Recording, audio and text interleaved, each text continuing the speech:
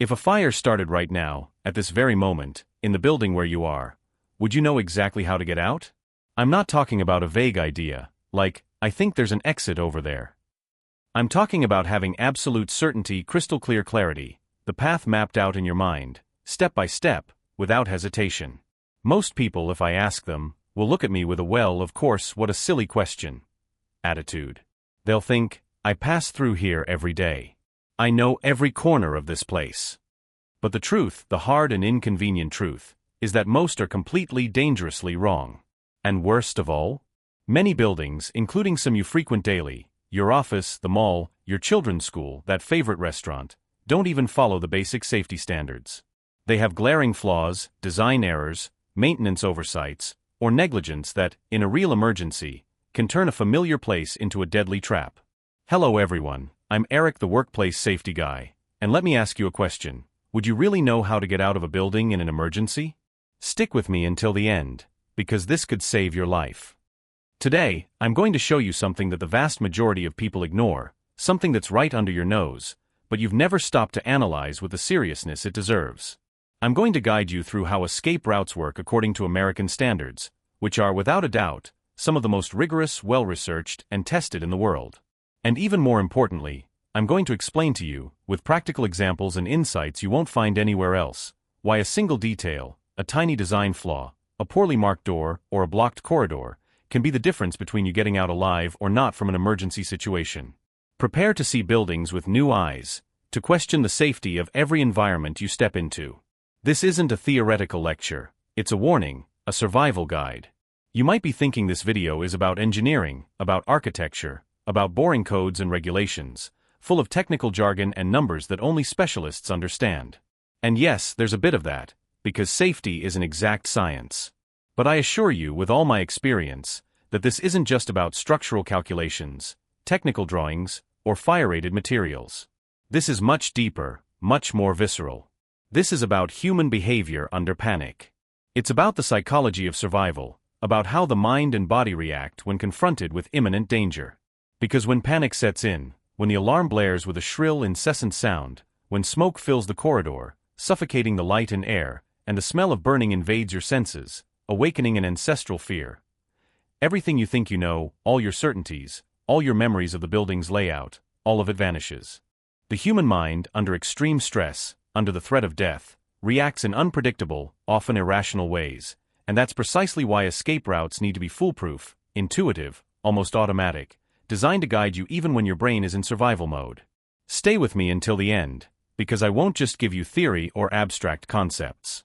I'm going to show you real, egregious errors that you've probably already seen in buildings you frequent, at your job, at the mall, at your children's school, at the hospital, at the cinema, and didn't even realize how serious they were. I'm going to give you the tools to identify these dangers and, more importantly, to protect yourself. And after today, I promise, you will never again enter a building without first doing a quick, but crucial mental scan of the exits. It's a simple habit, a small adjustment in your perception, but it could be the difference between life and death. It's knowledge that can, literally, save your life and the lives of those you love. To understand the depth of what I'm talking about, we need some quick, but essential context. In the United States, evacuation rules, the meticulous standards for the design and maintenance of escape routes, are based on extremely detailed codes, developed over decades of research and lessons learned from tragedies. The best known are NFPA 101, National Fire Protection Association's Life Safety Code, and the International Building Code, IBC. These documents are not just laws, they are the result of exhaustive case studies of historical fires, such as the Triangle Shirtwaist Factory Fire in 1911, which killed 146 workers, or the Coconut Grove Fire in 1942, which claimed 492 lives. Each of these tragedies, and many others, served as a catalyst for the creation of stricter regulations, complex simulations of crowd flow, and a deep understanding of how people move and react in dangerous situations. They are the culmination of over a century of experience and research in human safety, constantly updated to incorporate new technologies and knowledge. And do you know what the central concept is that permeates all these hundreds of pages of regulations? It's simple but absolutely vital. You must have a safe, continuous, and unobstructed path from where you are in the building to a safe location that is outside the building. Sounds obvious, doesn't it? But in practice, this means much more than just having an exit door. It means you cannot have any doubt about which direction to go, not for a millisecond. You cannot hesitate, cannot stop to think, cannot get lost. And, above all, you cannot get trapped. Every second counts in an emergency.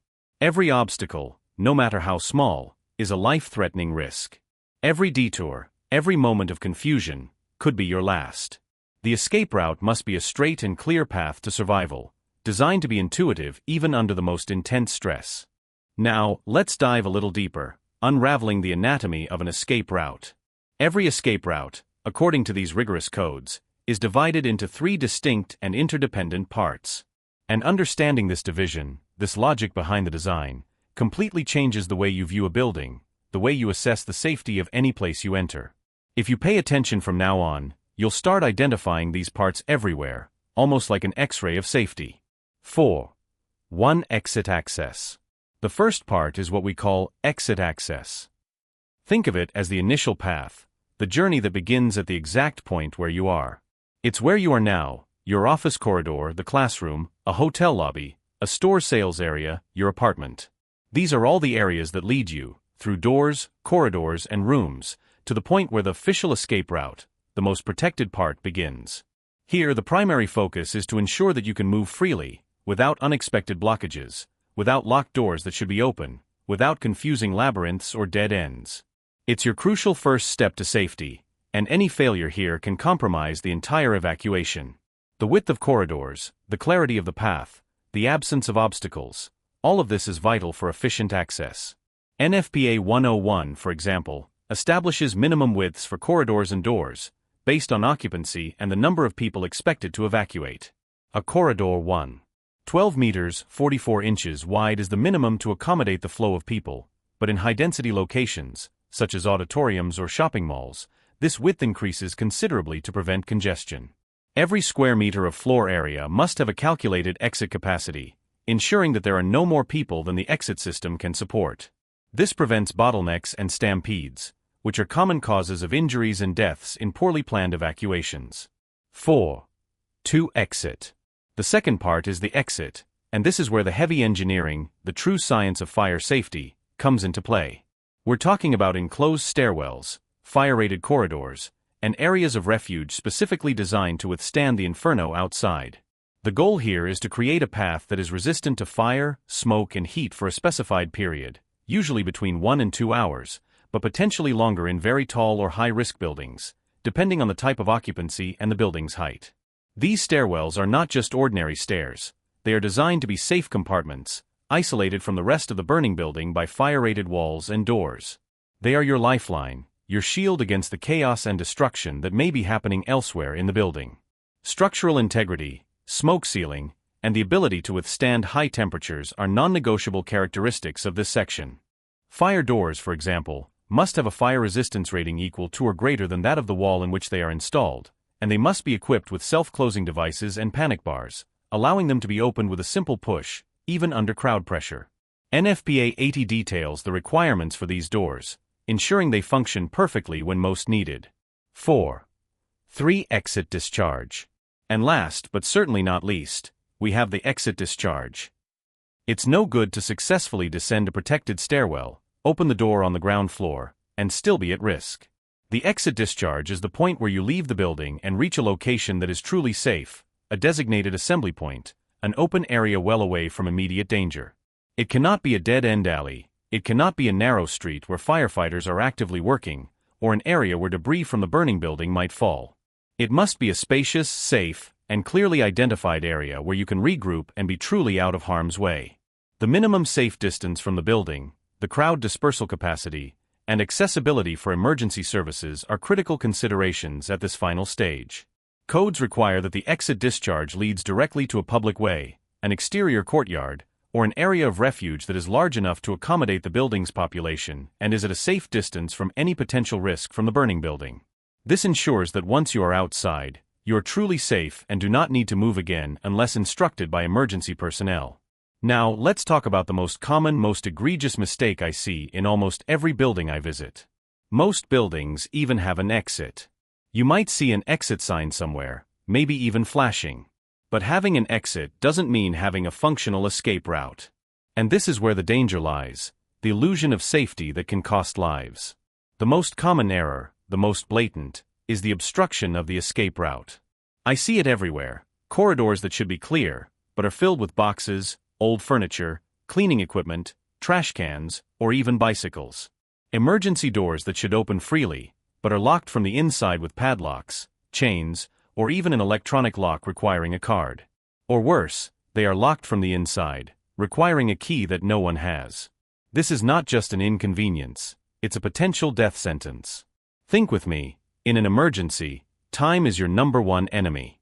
Every second counts. If you have to dodge obstacles, if the door won't open, if the path is blocked, you lose precious seconds.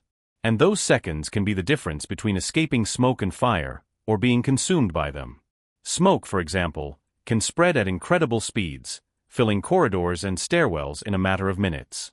If your escape route is obstructed, you are losing the race against time. NFPA 101 is categorical. Escape routes must be kept free of obstructions at all times. This means there can be nothing that impedes the free flow of people. Nothing. Not for a minute. Not just a little bit. Because in an emergency, that just a little bit can be enough to create a bottleneck, to make someone trip, to delay the evacuation of dozens of people. I've seen simulations where a single obstacle in the corridor multiplied the evacuation time by 2 or 3. The responsibility for keeping these routes unobstructed belongs to everyone, but primarily to building management. There must be constant oversight, training for employees, and a safety culture that does not tolerate the obstruction of escape routes. I always insist that the escape route is sacred, untouchable. When we think of fires, the first image that comes to mind is fire, flames. But I, as a safety professional, know that the biggest killer in a fire is not the flames. It's smoke. Smoke is responsible for the vast majority of deaths in fires, and for a very simple reason: it is fast, silent, and lethal. Smoke is not just dirty air. It is a toxic mixture of poisonous gases, suspended particles, and extreme heat. It spreads much faster than fire, filling corridors, stairwells, and rooms in a matter of minutes. And when it arrives, it does 3 terrible things. Reduces visibility to 0. In seconds, dense smoke can reduce visibility to 0. You can't see your hand in front of your face, much less the exit sign or the path to the exit. Disorientation is total. Causes asphyxiation. The toxic gases present in smoke, such as carbon monoxide and hydrogen cyanide, deprive the body of oxygen and attack the nervous system. Smoke inhalation can cause loss of consciousness in a few minutes, even before the fire gets close to you.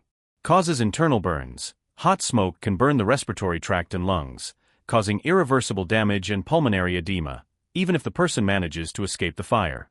That's why smoke protection is so crucial in escape routes.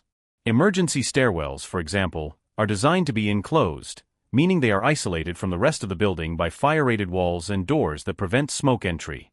In many modern buildings, pressurization systems inject fresh air into the stairwells, creating positive pressure that prevents smoke from entering. I always say, if you see smoke, don't hesitate. Get out immediately and do not try to pass through it. Smoke is an invisible and deadly enemy.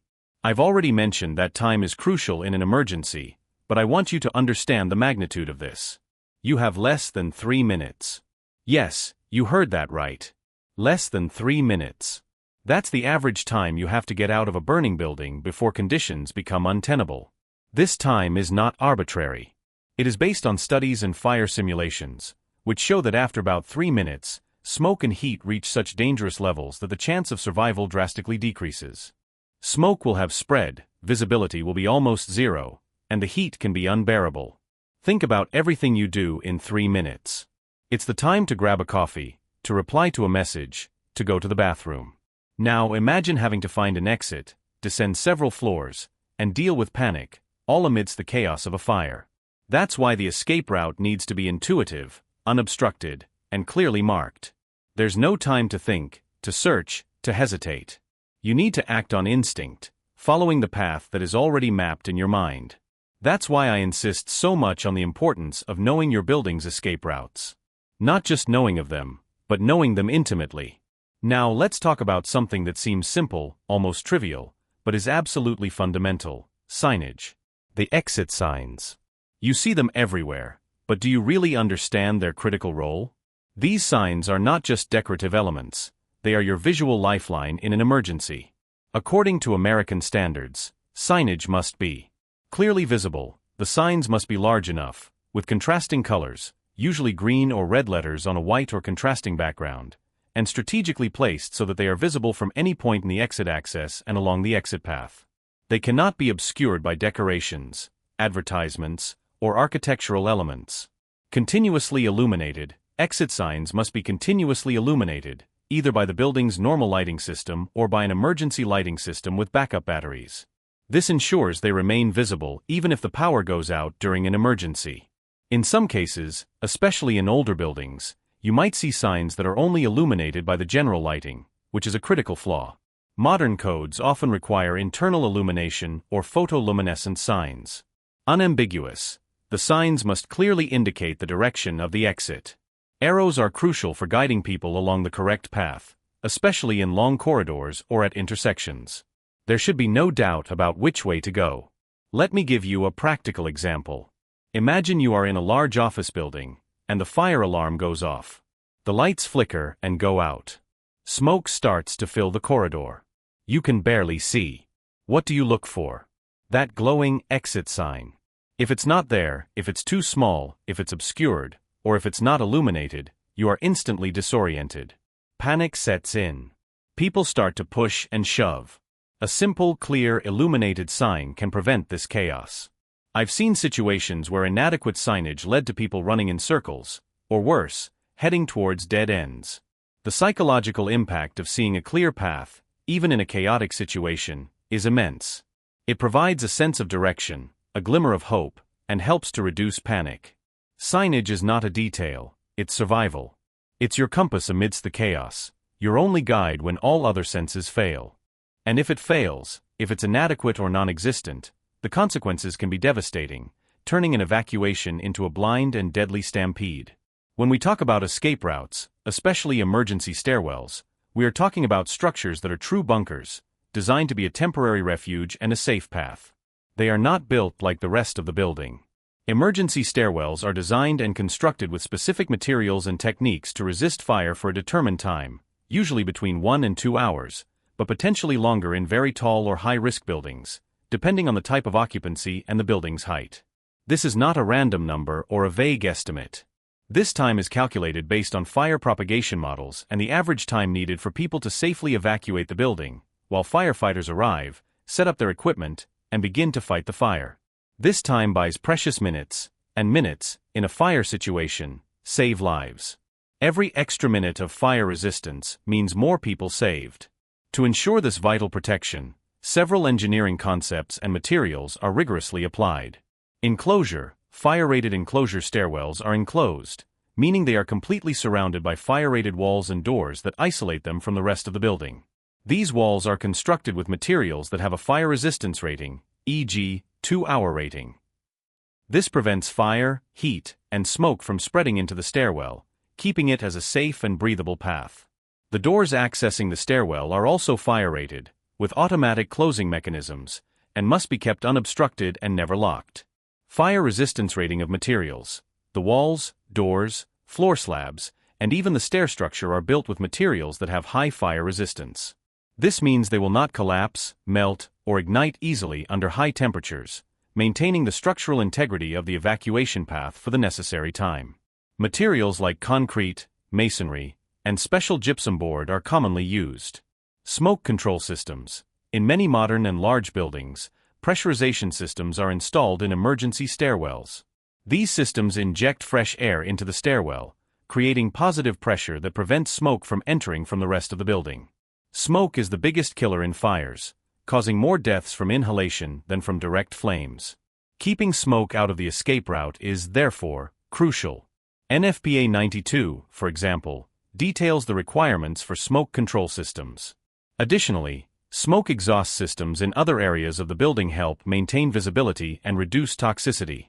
Areas of refuge. In tall buildings or for people with reduced mobility, American standards require areas of refuge within the escape route.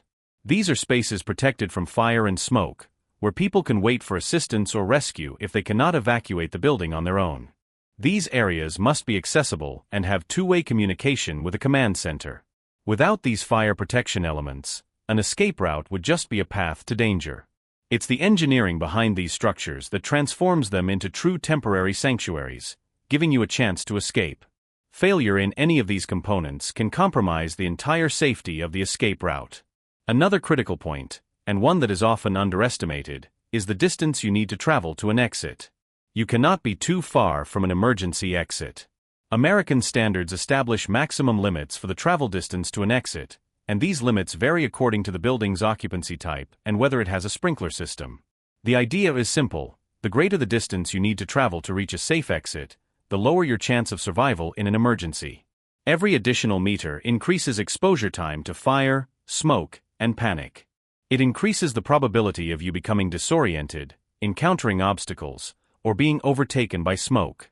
Smoke can spread at speeds of 30 to 60 meters, 100 to 200 feet per minute in corridors, and fire can spread rapidly. For example, in an office building business occupancy without sprinklers, the maximum travel distance to an exit can be about 60 meters, 200 feet.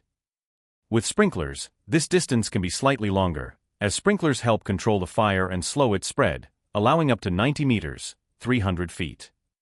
In hospitals or nursing homes, healthcare occupancy, where people have limited mobility, distances are even more restricted, generally around 30 meters, 100 feet, to allow for faster evacuation or movement to an area of refuge. These distances are calculated to ensure that evacuation can be completed in a safe time, before conditions become untenable. And this completely changes a building's layout. Architects and engineers must design spaces so that no one is too far from an exit. This means that in very large buildings, you will see more exits, more access corridors, more emergency stairwells. It's not by chance. It's a matter of life and death. It's to ensure that, no matter where you are in the building, safety is always within a manageable distance and that travel time to safety is minimized. Calculating travel distance is one of the first steps in the fire safety design of any building. Now let's talk about things you've probably seen with your own eyes, but perhaps haven't given due importance. I, as a professional in this field, see this all the time, and it's infuriating. Most buildings have glaring flaws, errors that violate the most basic safety standards. And yet, they remain there, putting lives at risk. I'm going to list some of the most common mistakes, those that are true potential traps, and that you can easily identify. Stairwell used as storage. How many times have you seen an emergency stairwell being used to store boxes, old furniture, cleaning supplies, or even bicycles? This is a direct blockage of the escape route. In an emergency, these things become insurmountable obstacles, or worse, combustible material that can fuel the fire and generate toxic smoke. NFPA 101 expressly prohibits the storage of any material in exit routes. Locked emergency door. This is classic and criminal. The emergency door that should open outwards, with a panic bar, is padlocked, chained, or even has an electronic lock that requires a card. Or worse, it's locked from the inside, requiring a key that no one has. This is not safety, it's a death sentence. Emergency exit doors must be easily opened from the inside out, without the use of keys, tools, or special knowledge. Hidden exit sign. The exit sign is there, but it's behind an advertising banner, or above a door that is not an exit, or so small and poorly lit that it's impossible to see. Amidst smoke and panic, this sign is useless. Signage must be clear, unobstructed, and visible from any point along the exit route. Corridor too narrow. In many older buildings, corridors are too narrow to accommodate the flow of people in an evacuation. Or obstacles have been added, such as water coolers, vending machines, or even reception desks, which further reduce the effective width of the corridor. This creates dangerous bottlenecks where people can get trapped and be trampled. The minimum width required by NFPA 101 must be maintained at all times. Doors that open inwards. Emergency exit doors should always open outwards, in the direction of evacuation. If a door opens inwards, crowd pressure can prevent it from being opened, creating a fatal blockage. This was a contributing factor in many historical tragedies. Propped open fire doors. Fire doors, which isolate emergency stairwells, are designed to close automatically in case of fire. However, it's common to see them propped open with a fire extinguisher, a piece of wood, or a weight. This completely nullifies their fire and smoke protection function, turning the stairwell into a chimney. All of this violates basic fire and panic safety standards. And yet, it happens all the time, in buildings that should be safe. It's negligence that can have catastrophic consequences. Regular inspection and awareness are the only ways to combat these errors. After all this, you might be feeling a little apprehensive. And that's natural. But the good news is that you are not defenseless. There are simple yet powerful things you can do to protect yourself and increase your chances of survival in an emergency. And the best part, they take only a few seconds and require no special equipment. Now, let me give you some simple and powerful advice that can save your life. Always identify exits upon entering. Every time you enter a new building, or even one you frequent, do a quick mental scan. Where are the exits? How many are there? Where are the emergency stairwells? What's the shortest path to them? It doesn't have to be an in-depth study, just a conscious observation and a quick mental mapping. This takes less than 30 seconds. Never rely on a single route, always have a plan B. If the main exit is blocked, what's the alternative? Think of at least 2 different escape routes from your location. If you're on the 5th floor, for example, identify the nearest stairwell, and then the next nearest one. Avoid elevators in case of fire. This is a golden rule, universally accepted. Elevators can fail, they can stop between floors, and elevator shafts can turn into chimneys, spreading smoke and fire. Always use the stairs.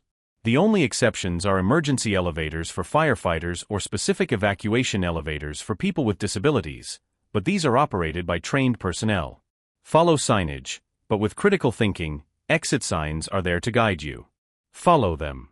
But if you notice the route is blocked, there's intense smoke, or the crowd is dangerously bottlenecking, don't hesitate to look for an alternative.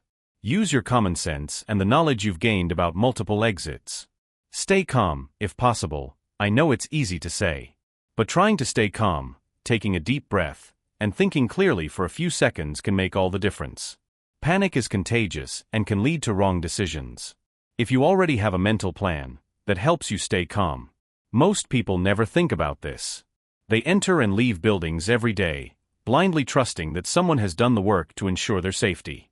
They will only think about escape routes when it's too late. When the alarm blares, when smoke starts to rise, when the smell of burning is unmistakable.